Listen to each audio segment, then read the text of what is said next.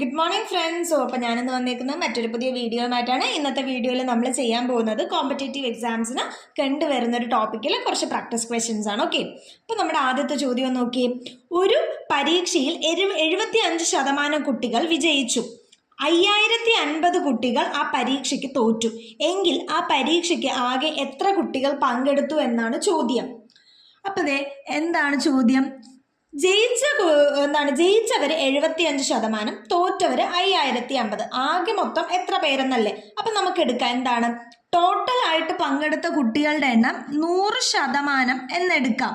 ഇതാണ് എന്താണ് ടോട്ടൽ പങ്കെടുത്ത നമ്മുടെ കുട്ടികളുടേത്. അപ്പൊ പാസ്സായവരുടെ എണ്ണം നമുക്ക് തന്നിട്ടുണ്ടല്ലോ, എന്താണ് 75% തന്നു. പക്ഷെ ഫെയിൽ ആയവരുടെ പെർസെൻറ്റേജ് അല്ല തന്നേക്കുന്നത്, നമ്പറിലാണ് തന്നേക്കുന്നത്. ഫെയിൽ ആയവർ എത്ര ഫെയിൽ ആയിട്ടുണ്ടെന്നാ പറഞ്ഞേ? 5050. അപ്പോൾ പാസ് പെർസെൻറ്റേജ് 75, ടോട്ടലും നമുക്കുണ്ട്. എങ്കിൽ ഫെയിലിൻ്റെ പെർസെൻറ്റേജ് കണ്ടുപിടിക്കാനായിട്ട് നമ്മൾ എന്ത് ചെയ്താൽ മതി? ടോട്ടലിൽ നിന്ന് പാസ് തന്നിട്ടുള്ള 75% കുറച്ചാൽ പോരെ. നമുക്ക് എന്ത് കിട്ടി? 25%. അപ്പോൾ ഫെയിൽ ആയവർ 25%. ആ ഫെയിലായ കുട്ടികളുടെ എണ്ണം 5050 നമുക്ക് തന്നിട്ടില്ലേ. അപ്പോൾ ഈ 25% എന്ന് പറയുന്നത് 5050 തുല്യമാണ്.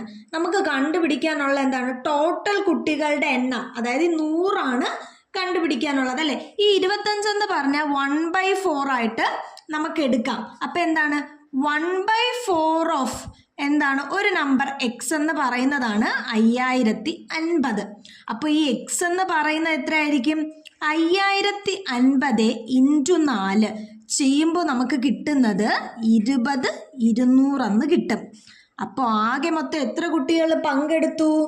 20,200 കുട്ടികൾ പങ്കെടുത്തു. ഓക്കെ അല്ലേ കൂട്ടുകാരെ? അപ്പൊ നമ്മുടെ രണ്ടാമത്തെ ചോദ്യം നോക്കിക്കേ. ഒരു ചതുരത്തിന്റെ നീളവും വീതിയും യഥാക്രമം 10%, 20% വീതം വർദ്ധിപ്പിച്ചാൽ ചതുരത്തിന്റെ പരപ്പളവ് എത്ര ശതമാനം വർദ്ധിക്കും? ഇതാണ് നമ്മുടെ ചതുരം. അതിന്റെ ലെങ്ത്തും ബ്രെഡ്ത്തും. ലെങ്ത്തില് എത്ര ശതമാനം ഇൻക്രീസ് ഉണ്ടായി? 10% അല്ലേ. ഈ 10% എന്ന് പറയുന്നത് എന്താണ്? 10/100 ആണ്. ഫ്രാക്ഷൻ എടുക്കുമ്പോൾ 1/10 എന്ന് നമുക്ക് കിട്ടും അല്ലേ. അതുപോലെ ബ്രെഡ്ത്തിൽ എത്ര ശതമാനമാണ് ഉണ്ടായത്?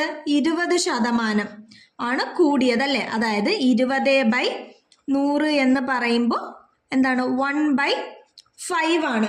നമ്മൾ കൂടി എന്നാണ് പറഞ്ഞത്. അപ്പൊ എന്താണ്? ഏരിയ ആണ്. ഇത് ലെങ്ത്തും ഇത് ബ്രെഡ്ത്തും.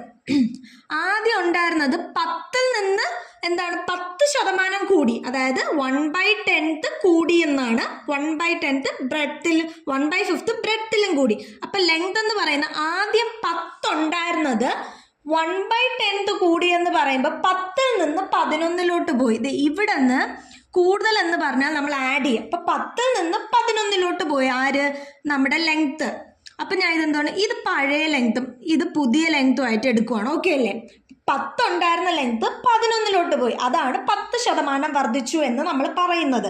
അതുപോലെ ബ്രെഡ്ത്ത് എന്താണ് 20% ഉണ്ടായിരുന്നു. 20ന്റെ ഫ്രാക്ഷൻ എന്ന് പറയുന്നത് 1/5 ആണ്. അതായത് 5 ഉണ്ടായിരുന്ന ബ്രെഡ്ത്ത് എന്തിലോട്ട് പോയി?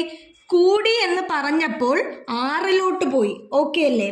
അപ്പൊ എന്താണ് 10% ലെങ്ത് 20% ബ്രെഡ്ത്ത് കൂടി എന്ന് പറഞ്ഞപ്പോൾ 10% എന്ന് വെച്ചാൽ 1/10 ആണ്. അതായത് 10 ഉണ്ടായിരുന്ന ലെങ്ത് 11ലോട്ട് പോയി. 20% എന്ന് പറയുമ്പോൾ 1/5 ആണ്. അതായത് 5 ഉണ്ടായിരുന്ന ബ്രെഡ്ത്ത് 6ലോട്ട് പോയി. ഇതാണ് അതിന്റെ കൺസെപ്റ്റ്.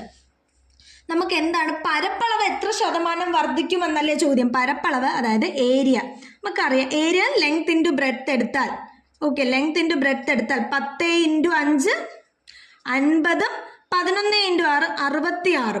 റേഷ്യോ എന്താണ് 50:66 വന്ന് നമുക്ക് ഇനി സിംപ്ലിഫൈ ചെയ്യാം.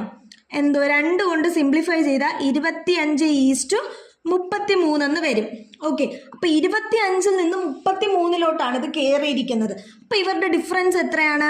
33ൽ നിന്ന് 25 കുറച്ചാൽ 8 വരും അല്ലേ.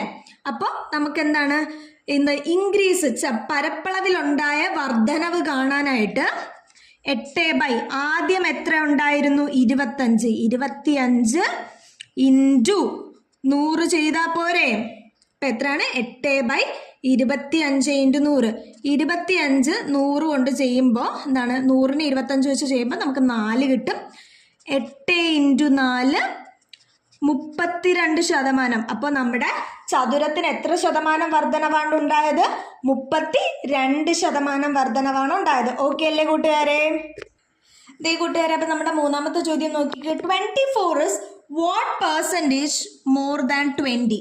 അതായത് 20നേക്കാൾ എത്ര ശതമാനം കൂടുതലാണ് 24 എന്നാണ് ചോദ്യം. ഭയങ്കര സിമ്പിൾ ചോദ്യമാണല്ലോ. അപ്പം നമ്മൾ എന്ത് ചെയ്യും? 24ഉം 20ഉം തമ്മിലുള്ള ഡിഫറൻസ് എടുക്കും. എത്രയാണ് കൂട്ടുകാരെ? 4. ശതമാനം എത്ര എന്നല്ലേ ചോദ്യം. അപ്പം 4/20. 20നേക്കാളെന്നല്ലേ. അപ്പം 4/20 × 100 ചെയ്യാൻ എളുപ്പമല്ലേ? 20ഉം 100ഉം ചെയ്താൽ എത്ര ആയിരിക്കും?